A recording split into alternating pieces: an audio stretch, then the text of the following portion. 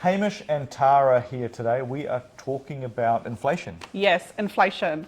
What is inflation and why should I care if I'm buying a house? Well, inflation is basically the loss of purchasing power. So money losing value is inflation. Why does it happen? It happens because if the supply of money, is there and it's happening too quickly. I'm then- still confused. So let's talk about inflation in terms of products. So say I've got some apples. You've got an apple apples. farm and Yeah. I've got an orange farm. Yes. And and there's a whole bunch of orange farms around me, and everyone's struggling with oranges this year. There's a disease or whatever, and Okay. I'm the only one with orange trees. So it's like a supply and demand. Correct. And if you come to me with your apples and you're like, hey, can I swap an apple for your orange? And I'm Yeah. like, yeah, this orange is worth 5 apples today. 5 apples. Right. Okay. Now, let's spin that around the other way. So imagine that the orange is money. Yeah. And I'm like down to 1 orange and 5 apples, and then we have a bumper year, and everyone's pumping oranges, and I'm like, mate, can I have those 5 apples for an orange? What are you going to say? Yape. No. You're going to be like, hey, everyone's got oranges. So Yeah. now I'm going to be like, okay, there's a huge supply of oranges here. I'm going to have to Yeah. give you like 10 oranges for that 5 apples now. So that's inflation on my oranges in a So way. then If money was inflation, money was oranges, then, I just need more of it. Okay. But then why should I care if I'm buying a house? Why do I care about inflation? So there's 2 reasons. One is over the short to medium term, we know that sometimes what happens is when there's high inflation, the interest rates stay a bit elevated because Okay. the central banks try and slow down the flow of those oranges and or slow down the flow of money. And one tool they have is if they increase interest rates, well, nobody really wants to borrow and do stuff, and that kind of slows the circulation, or slows what they call the multiplier effect. So basically, if you're going to get into a mortgage and there's high inflation or inflation is about to go up, then you can expect sometimes the interest rates to go up. Not always though, and I'll explain why. But the second reason why you should care about inflation when you get into investing is that over the long run, it does feel like there's always inflation in a big way.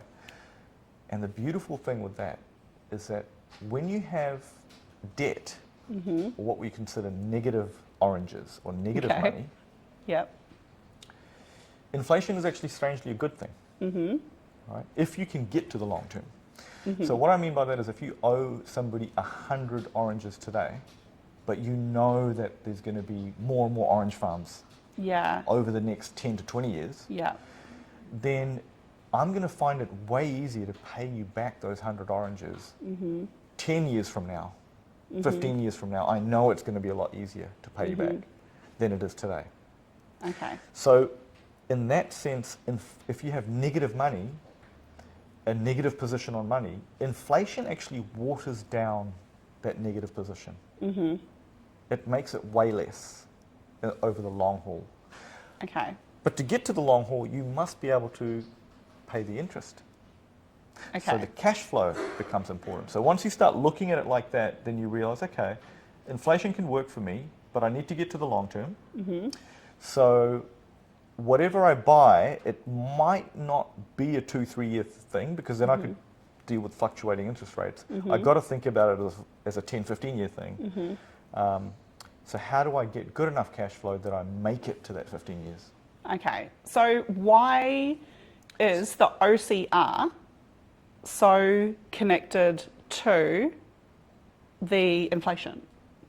That's the do I get that right? Yeah, so that's the lever that the central bank has, the Okay. OCR. So they have the lever of interest rates to try and control inflation. But sometimes when you have a withering economy, a struggling economy, and you have a bit of inflation, it's hard to put the interest rate up too high as well, because you could get inflation under control, but then you kind of kill your economy. So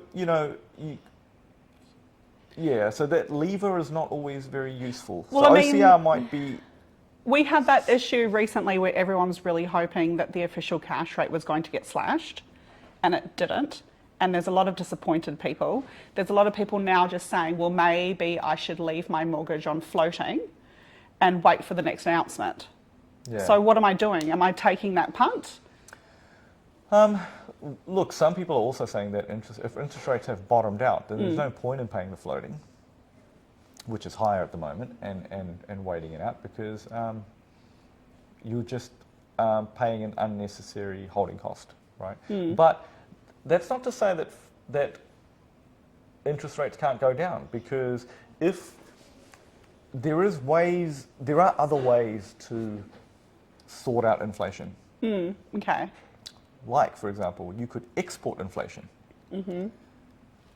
It's a very technical term. It might feel like, but basically, if you have a lot of overseas investment, Yeah. or as a country you're exporting a lot, what you're going to get is a lot of buyers for the currency.